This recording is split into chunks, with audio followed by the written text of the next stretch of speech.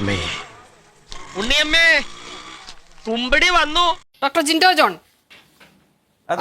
CPM സംസ്ഥാന secretary ഇന്ന് ശ്രീ സച്ചിദാനന്ദന്റെ വാക്കുകളെ കുറിച്ചുള്ള ചോദ്യത്തിന് മറുപടി പറഞ്ഞപ്പോൾ അദ്ദേഹം പറഞ്ഞൊരു കാര്യം, ഇന്ന് നമുക്ക് ഇവിടെ തന്നെ കൂടാ, എല്ലാം അറിഞ്ഞിട്ട് തന്നെ കാര്യം. തുടർ ഭരണം വന്നാൽ കേരളത്തിൽ അല്ലെങ്കിൽ മലയാളത്തിൽ പാവങ്ങൾ എന്നൊരു വാക്കേ ഉണ്ടാവില്ല, ആ തരത്തിലുള്ള ജനക്ഷേമ പദ്ധതികളുമായുള്ള സർക്കാരായിരിക്കും വരുന്നത്. അത് ഇതൊക്കെ എന്ത് ജനങ്ങൾക്ക് ബോധ്യമുണ്ട് എന്നുള്ളതാണ്. പാവങ്ങൾ എന്ന വാക്ക് തന്നെ കേരളത്തിൽ നിന്ന് തുടച്ചു നീക്കപ്പെടും എന്നുള്ളതാണ്.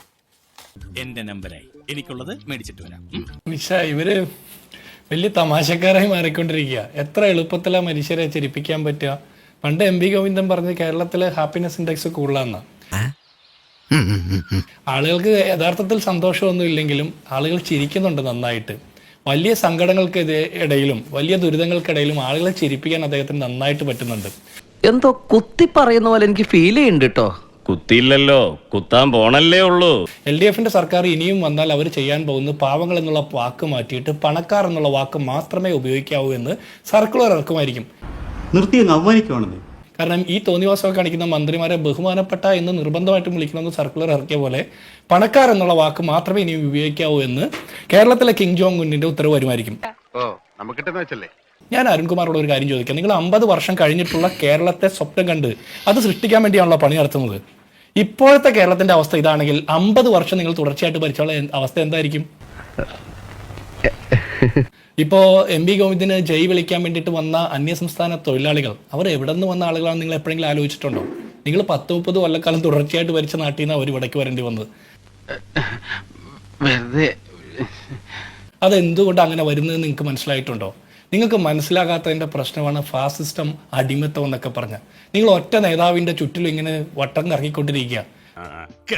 സത്യമാണെങ്കിലും എനിക്ക് അംഗീകരിച്ചു കൊടുക്കാൻ പറ്റുമോ? നിങ്ങൾ പുറത്തേക്ക് നോക്കുന്നില്ല, മനുഷ്യരെ മനസ്സിലാക്കുന്നില്ല. നിങ്ങൾക്ക് എന്തോ കുഴപ്പം സംഭവിച്ചിട്ടുണ്ട്. നിങ്ങൾ നശിച്ചു പോകണമെന്നല്ല ഞങ്ങളുടെ ആഗ്രഹം, പക്ഷേ നിങ്ങൾക്ക് കുറച്ച് വകതിരിവ് കിട്ടണമെന്ന് ഞങ്ങൾക്ക് ആഗ്രഹമുണ്ട്. കാരണം നിങ്ങളിപ്പോൾ പറയുകയാണ് 50 കൊല്ലം കഴിഞ്ഞിട്ടുള്ള കേരളത്തെ സൃഷ്ടിക്കാൻ. കഴിഞ്ഞ ലോക്സഭാ തെരഞ്ഞെടുപ്പിന് മുമ്പ് നിങ്ങൾ നാട്ടിലെ ചെറുപ്പക്കാരെ മുഴുവൻ തലയടിച്ച് പൊട്ടിച്ചുകൊണ്ട് ജാഥ നടത്തിയപ്പോൾ പറഞ്ഞത് നവകേരള സൃഷ്ടി നടത്താനെന്നാണ്. ഇത് വടി കൊടുത്ത് അടി വാങ്ങുന്ന പരിപാടിയാണല്ലോ ബാബു. അങ്ങനെ നിങ്ങൾ സൃഷ്ടി നടത്തി ലോക്സഭാ തെരഞ്ഞെടുപ്പ് തോറ്റു. 50 കൊല്ലം കഴിഞ്ഞുള്ള കേരളം സൃഷ്ടിക്കാൻ വേണ്ടി ഇപ്പം നിങ്ങൾ ജാഥ നടത്തുന്നത് കുഴപ്പമില്ല. പക്ഷേ ഈ പറഞ്ഞതൊന്നും സച്ചിദാനന്ദന് മനസ്സിലാകാത്ത എന്താ? സാറാ ജോസഫിന് മനസ്സിലാകാത്ത എന്താ? അതൊന്നും എനിക്കറിയാൻ മേല. നിങ്ങളുടെ തന്നെ പാർട്ടിയുടെ സഖാക്കന്മാർക്ക് മനസ്സിലാകാത്ത എന്താ? നിങ്ങളുടെ സ്വന്തം സഖാക്കന്മാർക്ക് മനസ്സിലായെങ്കിൽ 60 വർഷമൊക്കെ നിങ്ങളുടെ പാർട്ടിയുടെ നേതാക്കന്മാർ തുടർച്ചയായിട്ട് ജയിച്ചിരുന്ന സീറ്റുകളിലൊക്കെ ഈ ലോക്കൽ ബോഡി തെരഞ്ഞെടുപ്പിൽ നിങ്ങൾ പരാജയപ്പെട്ടത് എന്തുകൊണ്ടാണ്?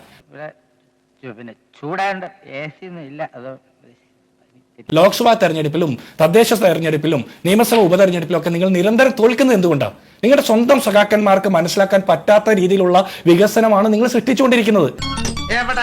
ഇതൊരു നടക്കി പോണ ലക്ഷണില്ല. ആ വികസനത്തിന്റെ പേര് സാധാരണക്കാർക്ക് കൊടുക്കുന്ന വികസനം എന്നല്ല, അത് പൗരപ്രമുഖന്മാരെ തീറ്റിപ്പറ്റുന്ന വികസനം എന്നാണ്. സാധാരണക്കാർ ഇവിടെ സങ്കടപ്പെട്ട് കഴിയുന്ന സമയത്താണ് നിങ്ങൾ ഈ വലിയ പ്രചരണങ്ങൾ നടത്തുന്നത്. ഇപ്പൊ KSRTC ബസ്സുകളിലെ പരസ്യമൊക്കെ ശ്രദ്ധിക്കുകയാണ്. മാലിന്യ വിമുക്തമായ കേരളത്തിന് ലോകത്തിലെ ആദ്യമായിട്ടുള്ള എന്തോ പദ്ധതി നടപ്പാക്കിയെന്ന് പറയാം. ഇതൊരു നടക്ക് പോണ മാതിരില്ല.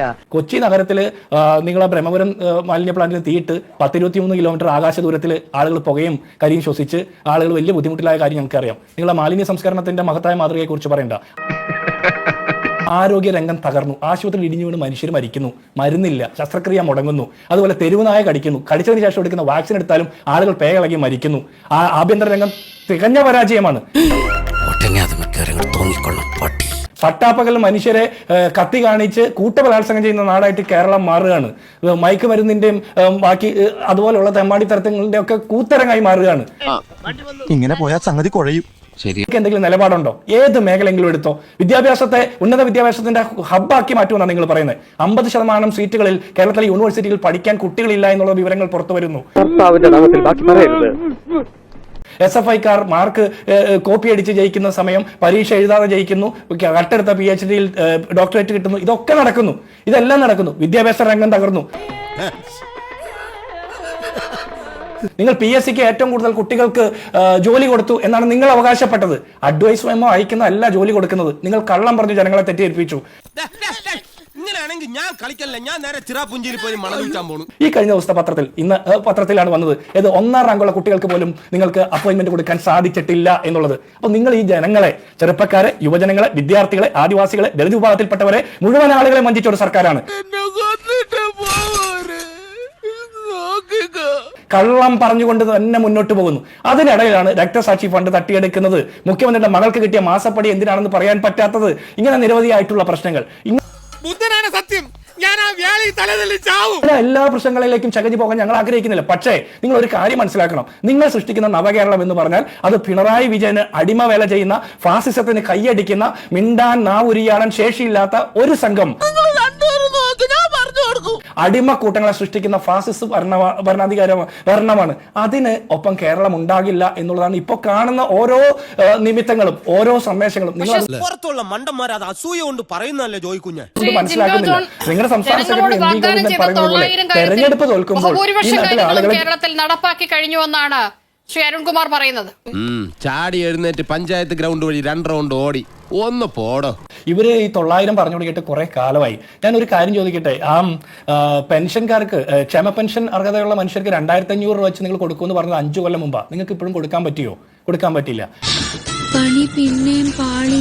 ആശാ വർക്കർമാർക്ക് ഓണറേറിയം നിങ്ങൾ കൊടുക്കുമെന്ന് പറഞ്ഞ് നിങ്ങൾ പ്രകടനപത്രികയിൽ പറഞ്ഞിരുന്നു 21,000 രൂപയാക്കുമെന്ന്. അതിനുശേഷം നിങ്ങൾ സെക്രട്ടേറിയറ്റിന് മുമ്പിൽ സമരം ചെയ്തിട്ടുണ്ട്.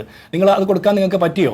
ഒരുപാട് കാര്യങ്ങൾ ഇങ്ങനെ പറയാനുണ്ട്. അതൊന്നും എനിക്കറിയാൻ മേല. ഉച്ചക്കഞ്ഞി വെക്കുന്നവന് പണം കൊടുക്കാനില്ല, ഉച്ചക്കഞ്ഞിക്ക് ഉള്ള പണം കൊടുക്കാൻ പറ്റുന്നില്ല, ഇങ്ങനെ ഒരുപാട് കാര്യങ്ങൾ എണ്ണി പറഞ്ഞാൽ നമ്മൾ മടുത്തു പോകും. കാരുണ്യ ചികിത്സാ പദ്ധതി നിർത്തലാക്കപ്പെട്ടു, കാരുണ്യ ഇൻഷുറൻസ് പദ്ധതി നിർത്തലാക്കപ്പെട്ടു, സപ്ലൈകോ തികഞ്ഞ പരാജയമായി. ഇതെല്ലാ മേഖലയിലും, ഏതൊക്കെ മേഖല എടുത്തോ, നിങ്ങൾ 10 കാര്യങ്ങൾ എണ്ണി പറയുമ്പോൾ 100 കാര്യങ്ങൾ ജനങ്ങൾ നിങ്ങളുടെ മുഖത്ത് നോക്കി പറയുകയാണ്. നിന്റെ ഒടുക്കത്തെ തുമ്പലാണെന്ന് നീ മറക്കണ്ട. അരുൺകുമാർ പറഞ്ഞ പോലെ 900 കാര്യങ്ങൾ നടപ്പാക്കിയെങ്കിൽ ഈ ജനങ്ങൾ എന്തുകൊണ്ടാണ് നിങ്ങൾക്ക് എതിരാവണേ? നിങ്ങൾക്ക് എന്താ മനസ്സിലാകാത്തത്? ജൈവ ബുദ്ധിജീവിയായിട്ടുള്ള പിണറായി വിജയൻ ഭരിക്കുന്ന കേരളമല്ലേ ഇത്? എന്നിട്ട് എന്താ ജനങ്ങളുമായിട്ടുള്ള ജൈവിക ബന്ധം നിങ്ങൾക്ക് നഷ്ടപ്പെടുന്നത്? 100% ഞാൻ യോജിക്കുന്നു. ഓരോ തെരഞ്ഞെടുപ്പ് കഴിയുമ്പോൾ നിങ്ങൾ ഒരു കണക്ക് പറയുമല്ലോ, നിങ്ങൾക്ക് ഇത്ര വോട്ട് കിട്ടും, നിങ്ങൾ ജയിക്കുമെന്ന്. പക്ഷെ റിസൾട്ട് വരുമ്പോൾ നിങ്ങൾ എന്തുകൊണ്ട് തോൽക്കുന്നു? ജനങ്ങളുടെ ഇടയിലുള്ള ബന്ധം നിങ്ങൾക്ക് നഷ്ടപ്പെട്ടു പോകുന്നതിന് കാരണം എന്താ? ഒരാവേശത്തിലെടുത്ത് ചാടി വേണ്ടായിരുന്നു അല്ലേ? ഇന്ത്യ ജനറൽ സെക്രട്ടറി പോയി കഴിച്ച പാത്രം കഴുകും, അവനവൻ കഴിച്ച പാത്രം കഴുകുന്നൊക്കെ നല്ല കാര്യമാണ്. കഴിച്ച പാത്രം കഴുകി വെക്കുന്നതിന്റെ വീഡിയോ ചിത്രീകരിച്ച് പുറത്ത് വിട്ട് PR എക്സസൈസ് നടത്തിയാലൊന്നും, പാത്രം കഴുകിയാലൊന്നും ജനങ്ങളുടെ സങ്കടം മാറില്ല. വല്ലാത്ത തലവേദന, ഞാനൊന്ന് കിടക്കട്ടെ. കഴിഞ്ഞ 9-10 കൊല്ലമായിട്ട് ജനങ്ങൾ അനുഭവിച്ച ദുരിതത്തിന് പരിഹാരം കിട്ടണ്ടേ?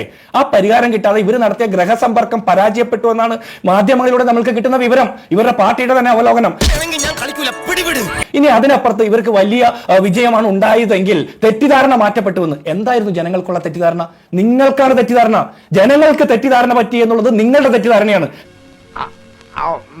പറഞ്ഞിട്ടില്ല. ജനങ്ങൾക്ക് നല്ല ധാരണയാണ്. എല്ലാം ശരിയാക്കാൻ വന്ന പിണറായി വിജയൻ കേരളത്തെ കട്ടുമുടിച്ച് കൊള്ളയടിച്ച് പാവപ്പെട്ടവരെ ഒരു ഗതിയും പരഗതിയും ഇല്ലാതാക്കി എന്നുള്ള തിരിച്ചറിവ് ജനങ്ങൾക്ക് വന്നപ്പോ